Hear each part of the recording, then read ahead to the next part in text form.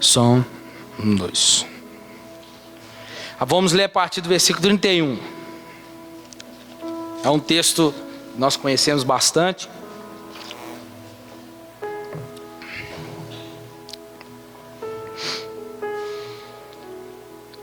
Quem encontrou? Então Jesus lhe disse: todos vós essa noite vos escandalizareis por minha causa. Pois está escrito: ferirei o pastor e as ovelhas do rebanho se dispersarão. Mas depois de eu ressurgir, irei adiante de vós para a Galileia. Ao que Pedro lhe disse: ainda que todos se escandalizem por tua causa, eu nunca me escandalizarei. Disse-lhe Jesus: em verdade te digo que nessa mesma noite, antes que o galo cante 3 vezes, me negarás. Disse-lhe Pedro: ainda que me seja necessário morrer contigo, de modo nenhum te negarei. E todos os discípulos disseram o mesmo. Só até aí, nós vamos ler daqui a pouco. Deixa ela aberta aí, sua Bíblia, para a gente acompanharmos juntos. Nós estamos dentro do contexto aqui da Páscoa, a última Páscoa de Jesus, e com isso a última ceia. E nesse contexto nós vamos ver Jesus anunciando o traidor e Pedro sendo avisado que o negaria. E depois disso vai ocorrer a prisão de Jesus perante o Sinédrio. Aí você vai lá para o versículo 69 agora. Depois que Jesus avisou Pedro que ele negaria, entre o versículo 69 agora que diz: ora, Pedro estava assentado fora no pátio, e aproximou-se dele uma criada e lhe disse: tu também estavas com Jesus o Galileu? Mas ele negou diante de todos, dizendo: não sei o que dizes. E saindo para o pórtico, outra criada ouviu e disse aos que estavam ali: este também estava com Jesus de Nazaré. Ele negou outra vez com um juramento, dizendo: eu não conheço este homem. Logo depois, aproximando-se dele, os que estavam ali disseram a Pedro: verdadeiramente também tu és um deles, pois o teu modo de falar te denuncia. Então começou ele a praguejar e a jurar, dizendo: não conheço esse homem. E imediatamente o galo cantou. Então Pedro se lembrou das palavras de Jesus, que dissera: antes que o galo cante 3 vezes, me negarás. E saindo ele dali, chorou amargamente. Só até aí. Temos um paralelo aqui, que enquanto Pedro aparece, enquanto Pedro não nega, continua na sua posição, nós temos o outro lado da mesa, que é um outro que tem um outro comportamento: Judas. Nós podemos ver que enquanto Judas engana Jesus, Pedro pode estar se ganhando. Talvez dizendo, porque Jesus diz: aquele que mete a mão no prato comigo é este que me trairá. E Pedro, quando vê Judas, talvez ele diz: ufa, ainda bem que não sou eu. Eu no lugar dele diria a mesma coisa, né?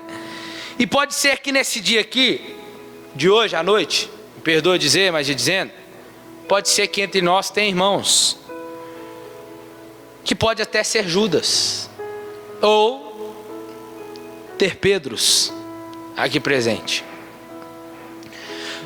Pode até ser Pedro batendo no peito e falando: ainda bem. Mas talvez pode estar dizendo que logo depois à frente negará Jesus, na primeira oportunidade que tiver. Então nós vamos ver algo aqui. Os discípulos, eles estavam atordoados e muitíssimos perturbados com a comunicação de que Jesus iria deixá-los. Jesus disse para eles, né, que era chegada a hora dele. Ele ia embora. Jesus leva eles para o Getsemane, vai orar. Quando ele volta, os meninos estão dormindo, né? Será que não pode vigiar comigo pelo menos 1 hora? orais para não cair em tentação. Jesus volta para orar. Quando ele volta, ele já diz: é chegada a hora, e o Filho do Homem está prestes para ser entregue nas mãos dos salteadores, ou melhor dizer, dos romanos. E Jesus sempre, depois que ele já se foi chegando perto do seu final do seu ministério, ele sempre anunciava que estava chegando a hora dele. Só que os discípulos não queriam aceitar isso. Eles não queriam entender que eles iriam ficar só.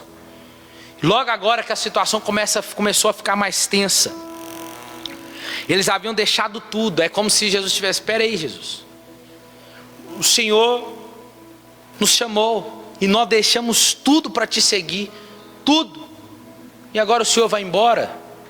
É como se ele estivesse dizendo: agora o Senhor vai virar as costas para nós. Mas nós vamos ver, pula lá para João capítulo 13 agora. Olha que interessante.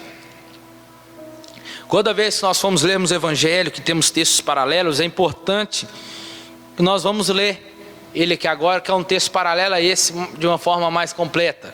Os Evangelhos é assim, trabalhando no mesmo texto, mas com óticas diferentes, por isso são chamados de Evangelhos sinóticos. Olha o João 13:36. Perguntou-lhe Simão Pedro, olha a pergunta de Pedro: Senhor, para onde vais? Jesus tinha acabado de falar que ele ia embora, né? Jesus disse: para onde eu vou, vocês não poderão ir agora. Mais tarde, porém, vocês vão. Pedro perguntou: Senhor, por que não posso seguir-te agora? Por ti darei a minha vida. Isso é sério. Jesus respondeu: tu darás a tua vida por mim, Pedro? Você tem certeza que você está falando? E Jesus disse: em verdade te digo, que de modo algum cantará o galo antes que você me negue 3 vezes. Então, em primeiro lugar, nós vamos ver aqui a pergunta de Pedro. Pedro, em nome do grupo, quer saber para onde Jesus vai. Pedro era assim, ele gostava de ser aquele da frente, dos discípulos. Os discípulos não conseguiam ir à frente para falar, ele é o que falava. Quem que vocês dizem? Eles estão dizendo que eu sou Jeremias, que eu sou Moisés, mas quem que vocês dizem que eu sou? E Pedro levanta: tu és o Cristo, o Filho do Deus vivo. Pedro era esse, para frente. Todo mundo com medo no barco, Jesus descendo na praia, anda pelo mar. Pedro olha para trás: vocês estão tudo com medo? Eu posso até estar, mas se é tu mesmo, manda que eu vou. Vem. E Pedro foi o único, depois de Jesus, que andou sobre o mar. Pedro era esse cara, para frente, Quando chegou Jesus para ir ser preso, veio aquele homem lá chamado Malco, que prende Jesus. Pedro, o que Pedro vai fazer? Tira a espada e corta a orelha de Malco. Pedro era esse cara, igual eu e você, impulsionado, vai na impulsão, às vezes age sem pensar, às vezes dá bom e às vezes não dá. E foi isso que aconteceu. Então, Pedro não quer que Jesus vá sozinho, e nem que ele fique órfão. Ele quer: Jesus, eu não quero que o senhor vá sozinho também, eu não quero ficar aqui sozinho, eu quero a sua companhia. E só que Jesus dá uma resposta para Pedro que ele não queria ouvir. Ele diz: você não pode me seguir agora, só mais tarde. E Pedro fica mais intrigado ainda com essa situação, porque Jesus agora vai se encaminhar para a morte de cruz. Agora não é mais a incumbência de Pedro acompanhar até lá, mas é morrer ao lado de Jesus, é estar aos pés da cruz, assim como o apóstolo João ficou. E Pedro primeiro teria de percorrer praticamente a sua vida inteira no serviço do Senhor, até que no final viria também a sua cruz. Nós sabemos, Pedro morreu, ele iria pendurar ele na cruz de cabeça para cima, e ele disse que não seria digno, ele não era digno de morrer como seu Senhor. Então logo ele foi crucificado de cabeça para baixo. Então chegou a cruz dele, que ele tanto queria. Então ele também terá, melhor dizendo, compreendido lá na frente, quando esse tempo chegou. Ele pôde compreender a trajetória E essa morte, que Jesus passou, que não era um caminho final, mas é um caminho para a glória. Em segundo lugar, nós vamos ver a promessa de Pedro. Senhor, se eu não posso te seguir agora, como assim? Se for possível, eu morro no seu lugar, Jesus. Você está achando o quê? E na outra passagem diz que todos os discípulos disseram o mesmo, todos. E glória a Deus, irmãos, que no final da história, todos morreram em nome de Jesus, todos. Só que não era o momento. E Pedro, já que ele não podia seguir o mestre, ele quer saber o porquê. E Pedro não tem respostas satisfatórias, mas tem muitas perguntas inquietantes. E será que o caminho seria muito difícil? Será que a hostilidade seria muito grande? Então ele faz questão de declarar a Jesus a profundidade da sua lealdade, dizendo: Jesus, eu morreria, eu dou a minha vida por ti, Jesus. E Pedro estava sendo sincero, mas estribado num fundamento roto. O que é isso aqui? Pedro estava fazendo promessas sem conhecer o seu próprio coração. Irmãos, quantas promessas eu e você fazemos para Deus? Em nome de Jesus, filha. Quantas promessas fazemos para Deus? É em cima de fundamentos que não pouco sabemos se são firmes. Quantas coisas prometemos em fazer para Deus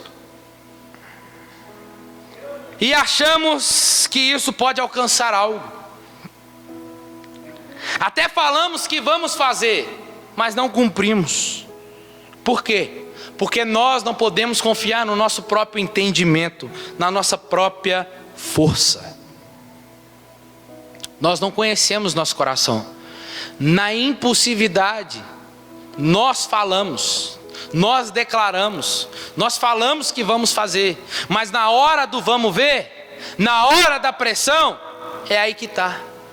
Aí aquilo que a gente falou que ia fazer, a gente não faz. Aquilo que a gente falou e prometeu, a gente não cumpre. A gente fala tanta baboseira para Deus, irmãos, que muitas das vezes vem Deus e fala essas coisas para nós. Não dá uma lenhada como ele deu em Pedro. Pedro, você acha que vai entregar sua vida por mim? Que você pode morrer por mim? Pedro, você não conhece o seu coração, Pedro. Você vai me negar, Pedro, por 3 vezes antes que o galo cante. Meu irmão, quando Pedro ouviu aquilo, é Jesus dizendo: Pedro, o primeiro vento que vier, rapaz, a primeira pressão que vier contra você, Pedro, você me larga, você me abandona. É por isso que nós precisamos saber, irmãos, de que forma nós oramos, de que forma nós cantamos. Como diz aquela música do Toque no Altar, né? Ela é linda, eu canto ela. Que diz assim: abro mão dos meus sonhos, abro mão das riquezas, abro mão da minha vida por ti. Será?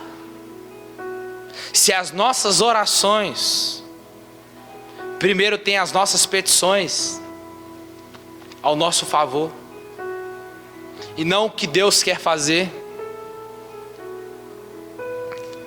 Ou aquela música: como um farol que brilha à noite, como ponte sobre as águas, como abrigo no deserto, como flecha que acerta o alvo. Eu quero ser usado da maneira que te agrade, em qualquer hora e em qualquer lugar.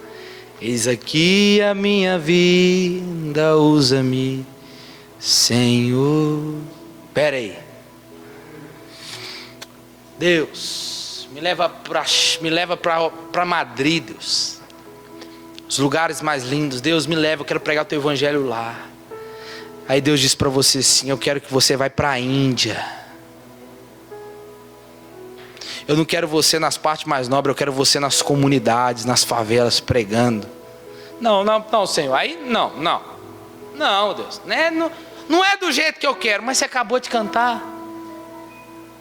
Em qualquer hora, em qualquer lugar, que eu abro mão do que eu quero, abro mão até da minha vida por Ele. Mas na hora do vamos ver mesmo, a gente faz o quê? Não, Deus, aí não dá, né? Aí não. Aí eu não vou. É Pedro, irmãos. É Pedro. É Deus dizendo para mim, mas você não disse? Psiu. Deus leva a sério o que sai da nossa boca, sabia? Mas muitas das vezes nós não sabemos nem o que nós estamos pedindo.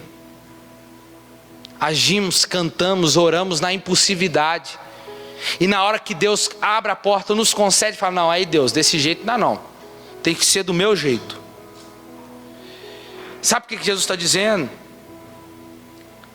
Jesus está dizendo, ei, na primeira oportunidade você vai largar o barco. Na primeira oportunidade você desce do trem. Na primeira oportunidade você volta. Mas uma coisa que nós vamos ver é a negação de Pedro. Pedro dizendo, tu darás a vida por mim?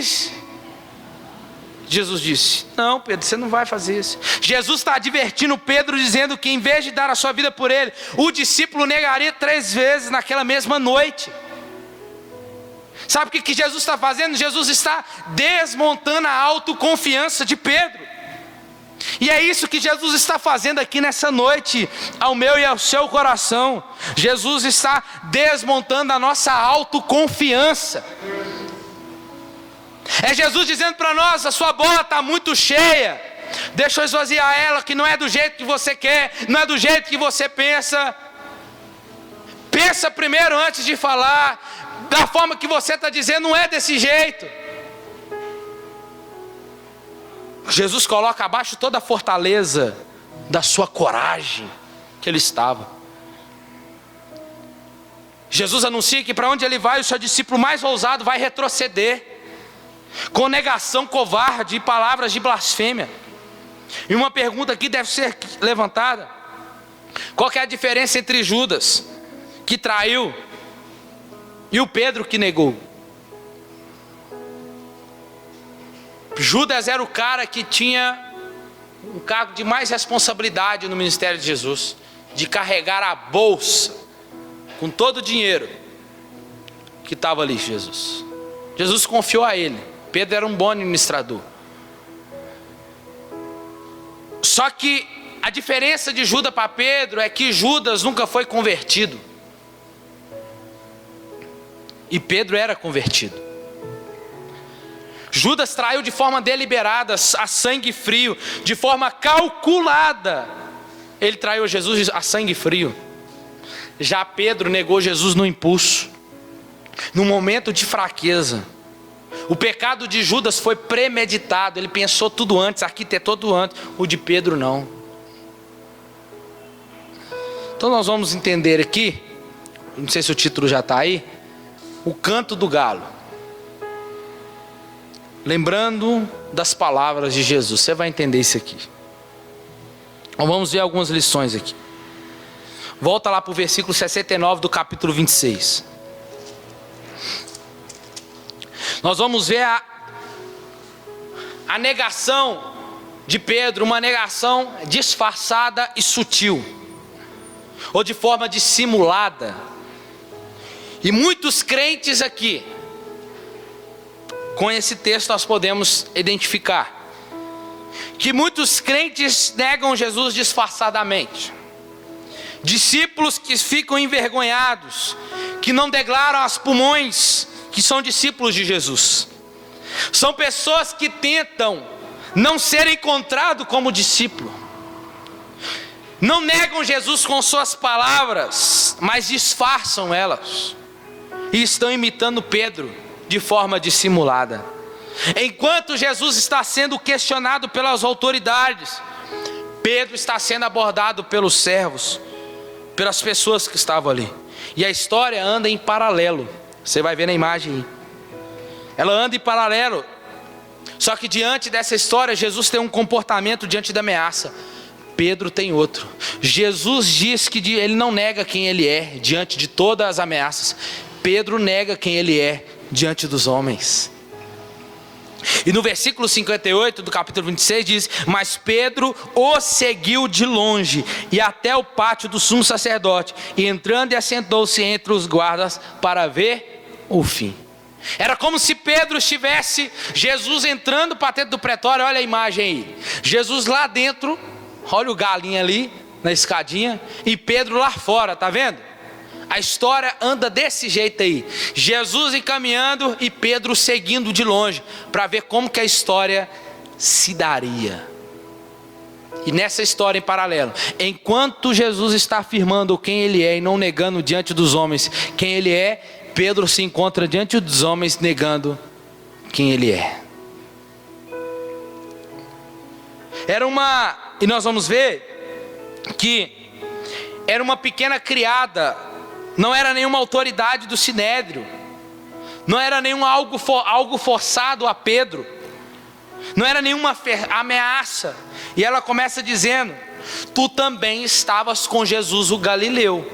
Primeiro ela se remete a Pedro individualmente, porque ele veio da Galileia. E esse texto faz paralelo também ao texto de Mateus 10:33, que diz o quê? Que aquele que me negar diante dos homens, o Pai também negará diante.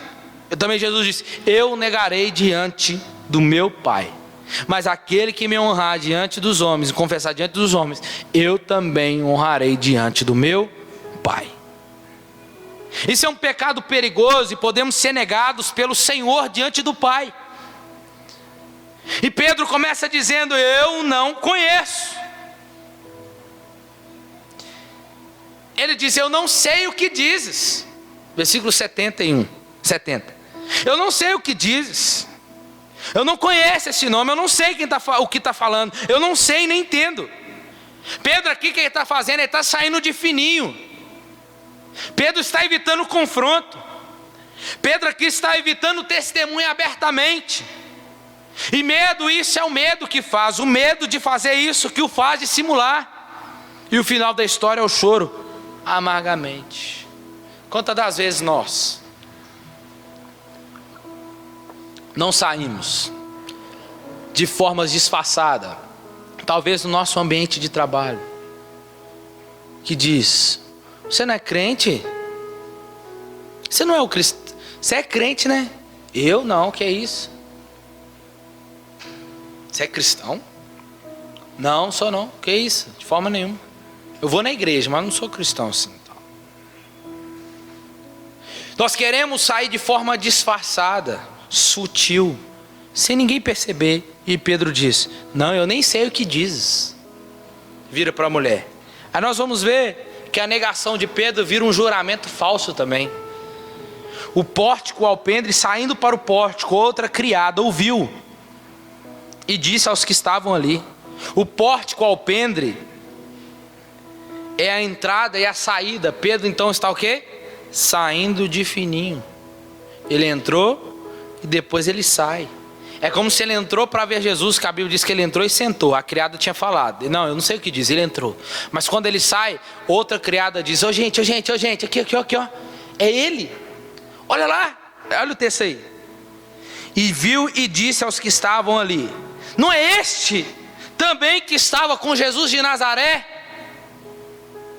Pedro dizendo. Essa mulher já era mais faladeira, né? Ela falou para todo mundo, ela contou para todo mundo. A outra foi sozinha no individual, agora já contou para todo mundo, já espalhou. Aqui ela não fala Galileu, aqui ela já fala outra, ela fala o Nazareno.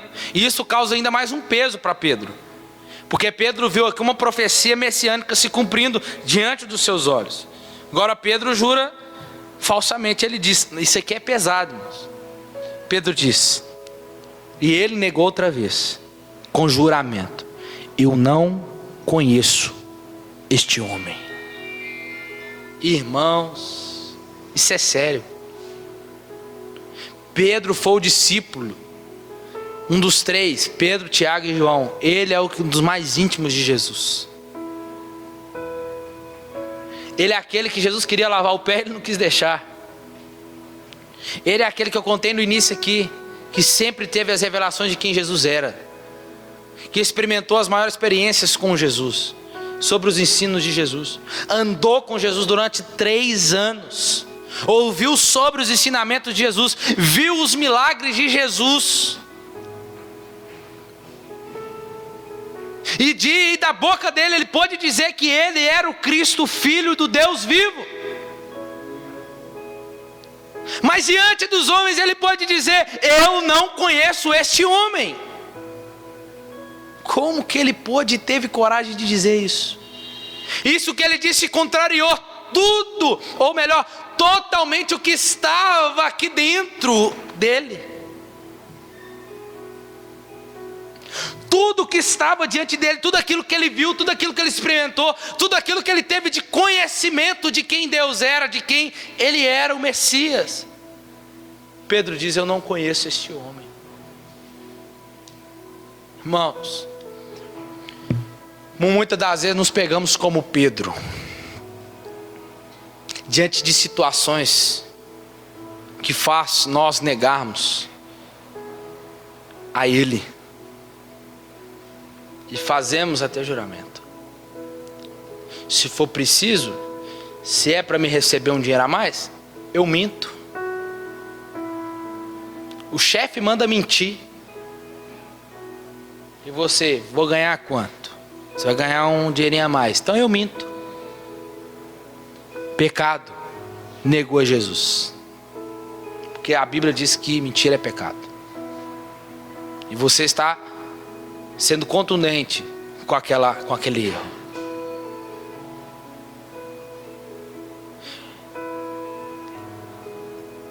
Você está demonstrando, às vezes não no seu falar, mas às vezes nas nossas condutas diárias, nós estamos dizendo que nós não conhecemos a Jesus. Às vezes a gente acha no falar que é preciso negar Jesus, mas as nossas condutas durante a semana, durante o nosso dia a dia, nos trabalhos, na faculdade, seja onde estiver, nós estamos negando a Jesus.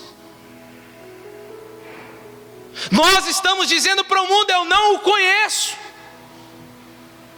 Não precisa você falar, porque a sua conduta, o nosso posicionamento, o nosso andar está dizendo, está demonstrando que eu não conheço Ele. Porque quem de fato experimentou, que o conhece, pode até por um momento falhar, mas vai entender que lá dentro tem alguém dizendo assim: você me conhece. Às vezes você pode até dizer que não me conhece, mas eu te conheço.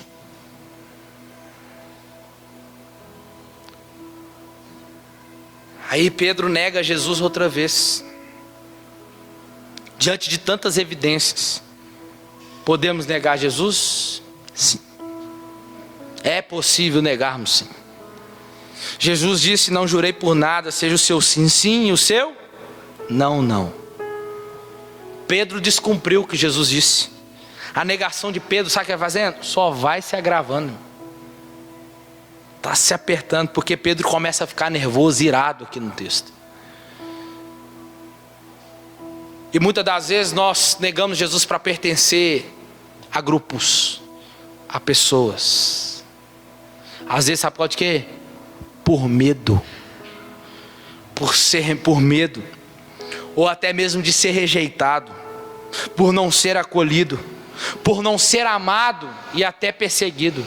Nós negamos Jesus. E a gravidade desse pecado só vai crescendo se nós não reconhecermos esse erro. Nós temos que entender isso, irmãos. Que nós temos tudo a nosso favor. Que nós conhecemos, nós experimentamos quem Ele é. Mas às vezes o mundo, as pressões do mundo vai dizer e vai querer fazer com que você contrarie. E vai chegar o tempo em que eu e você, as coisas só vão apertar. Se a gente às vezes espera perseguição para a morte, aguarde, a perseguição tem começado já. Por ideologias, querendo implantar, principalmente fazendo com que nós venhamos descer a nossa goela abaixo.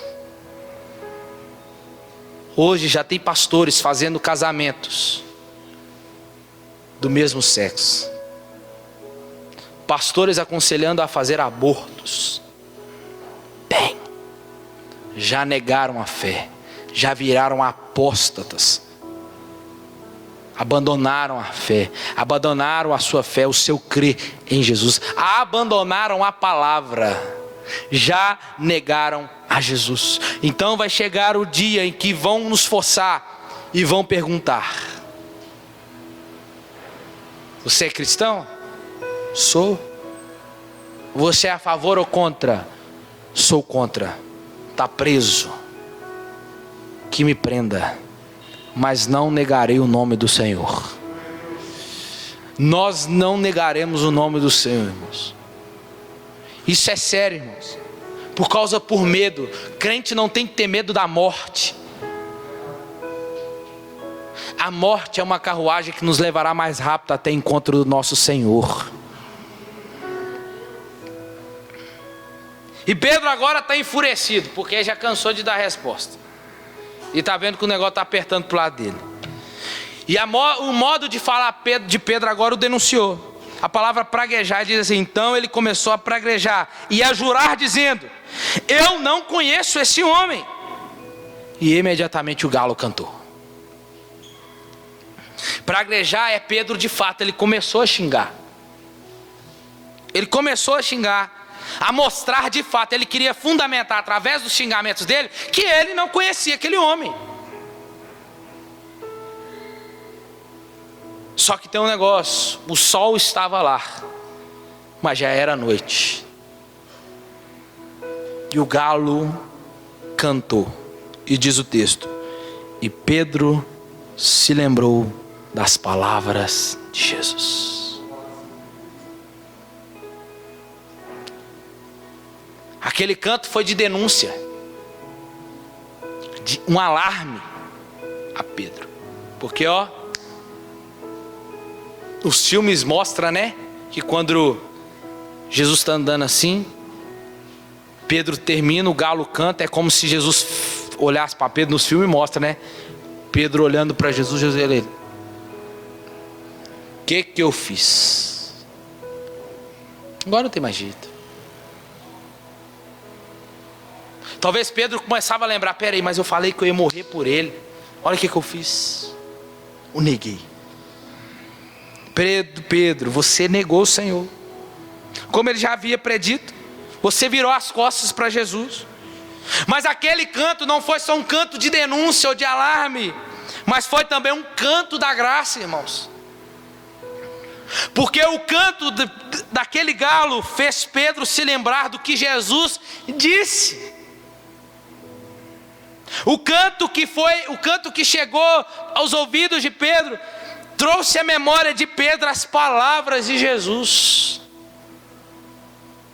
a qual ele esqueceu pelas pressões da caminhada ali daquela noite, às vezes fugindo, às vezes por medo, por causa do medo ele abandonou, ele esqueceu por um tempo do que Jesus disse para ele lá atrás. Ele esqueceu dos ensinamentos de Jesus, das experiências que ele teve com o mestre. Não sei na sua vida, irmãos, mas essa pregação nessa noite talvez seja um canto do galo na sua vida, para lembrar você nessa noite, para trazer à sua memória as palavras de Jesus, do que Jesus te falou, da onde Jesus te tirou. E nessa noite o galo cantou para você através da pregação, para te dizer que ele não esqueceu do que ele já te disse, e nem muito menos é para você lembrar, para você firmar mediante as palavras que ele te disse lá atrás. E é sobre essas palavras que é para você andar. Talvez esse canto está despertando a sua memória do que Jesus te ensinou lá atrás, e às vezes virou as costas para ele. Você talvez pode dizer: o Senhor me alertou, o Senhor me ensinou, me orientou, ouvir a sua voz, mas eu virei as costas. Mas hoje talvez você pode dizer, durante essa pregação: eu me lembrei do que Jesus me disse lá atrás, de quando Ele me chamou, de quando Ele me convidou. Agora o meu coração chora, porque talvez tenha andado longe dele. O canto do galo, meus irmãos, pode ser o canto do fim da noite de desvios. O canto do galo pode ser porque esse galo anunciou o fim de uma noite de pecados, de desvios, de infidelidade, de maldade, de desonras contra o Senhor. E o galo está cantando aqui nessa noite para dizer: não é o fim para o seu chamado, não é um fim para o seu propósito, não é o fim para o que eu te chamei, é o fim aonde você parou. A sua parada termina aqui. E o galo cantou nessa noite para dizer: ainda você tem que continuar,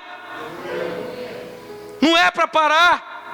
E eu não sei como você tem sido a noite de vocês, ou o dia de vocês, que pode muitas das vezes nós podemos encontrar diante de negações contra o nosso Senhor. Mas pode ser também com essa mensagem que seja o canto do fim dessas noites. Versículo 31, Jesus disse: Pedro, todos aqui vão me escandalizar por minha causa. E essa é a noite que Pedro negaria, é a mesma noite que Jesus disse as palavras para ele. Depois dessa noite, depois de eu ressurgir, olha, irmãos, o texto: depois de eu ressurgir, versículo 32, irei adiante de vós para Galiléia. Jesus já prometeu que iria encontrar com eles na Galiléia. João capítulo 21. Jesus encontra Pedro aonde? No mar. Pedro não é mais citado nesse evangelho, e essa é a última vez que ele aparece nesse evangelho. Essa é a última aparição dele aqui. E a história termina com Pedro chorando, arrependido. Hoje pode ser, irmãos, o fim de uma noite também de abandono pelas coisas do Senhor. Cansei de fazer as minhas vontades, agora eu quero fazer a vontade do Senhor. Hoje você talvez pode orar ao Senhor pedindo e dizendo: Senhor, eu o neguei, abandonei o congregar, abandonei a sua igreja, abandonei as práticas, os princípios, abandonei os seus ensinos, abandonei a sua palavra, eu neguei tudo que eu tenho aprendido. Mas hoje o galo cantou no meu coração. Ouvir o canto da graça, de misericórdia, que coloca o fim no meu coração essas noites, e é encontrar com Jesus no mar da Galileia. E Jesus ressuscita e encontra com Pedro no mar da Galileia. E quando Jesus chega lá, Jesus conversa com os discípulos, faz um peixe e fala com Pedro: Pedro, vamos dar uma voltinha ali, vamos para o mar, empurra o barco para o mais fundo aí. E foi. E Jesus começa: Pedro, tu me amas? Quantas vezes Jesus pergunta para Pedro? É o síndrome do galo, do canto do galo na cabeça de Pedro. Pedro negou Jesus 3 vezes. Jesus agora faz ele afirmar e confessar por 3 vezes. Pedro, tu me amas? Sim, Senhor, tu sabes que eu te amo. Pedro, tu me amas? Sim, Senhor, tu sabes que eu te amo. Pedro, tu me amas? Sim, Senhor, tu sabes que eu te amo. Jesus diz: apacenta as minhas ovelhas. É Jesus dizendo para nós essa noite que talvez, se um dia você negou ele lá atrás, ou negou durante essa semana e achou que era para você parar, saiba que Jesus marcou esse encontro com você aqui, assim como ele encontrou com Pedro na Galiléia, dizendo: ainda não é para parar. A missão que eu tenho para você é muito maior. A missão não é sua, a missão é minha. Eu dei a vocês, é para vocês continuar. Você pode até ter me negado lá atrás, pode até tentado parar e achar que esse tempo era para você parar, não era para você voltar. Mas nessa noite o canto do galo veio para te dizer aqui, Jesus dizendo para você através dessa pregação: não é tempo de você parar, é tempo de você continuar. Ainda a missão continua, o seu chamado não parou lá atrás, ele ainda continua. É Jesus dizendo para Pedro: Pedro, acalma o teu coração. Olha quantos peixes você pescou, Pedro. Eu te chamei para isso, Pedro. Eu te chamei isso para você ser pescador de homem, Pedro. E se Pedro tivesse comparado lá atrás, irmãos, Pedro não tinha ganhado quase 3.000 almas para Jesus no primeiro sermão dele. Pedro não tinha feito milagres, não tinha curado o paralítico na Porta Formosa. Pedro não tinha ganhado os judeus para o Senhor. Mas porque Jesus encontrou com ele na praia e disse: Pedro, não é para parar. É Jesus dizendo nessa noite para mim e para você: ainda tem muito a se fazer. Ainda tem muito que eu quero fazer através da sua vida. Mas antes de fazer através da sua vida, eu quero fazer em você. E fazendo em você, farei através de você.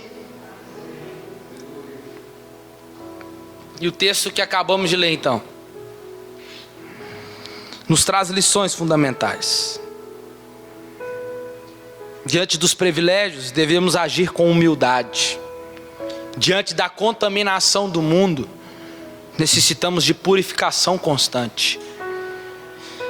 Diante da vaidade do mundo, precisamos aprender que a verdadeira felicidade é servir e não ser servido.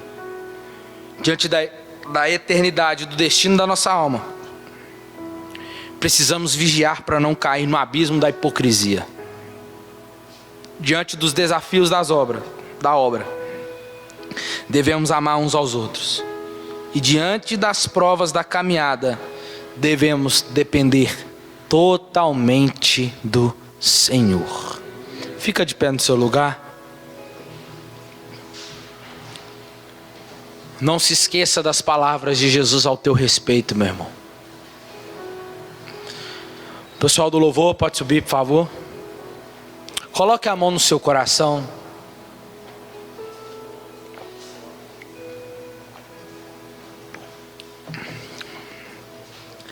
Comece a orar ao seu Deus.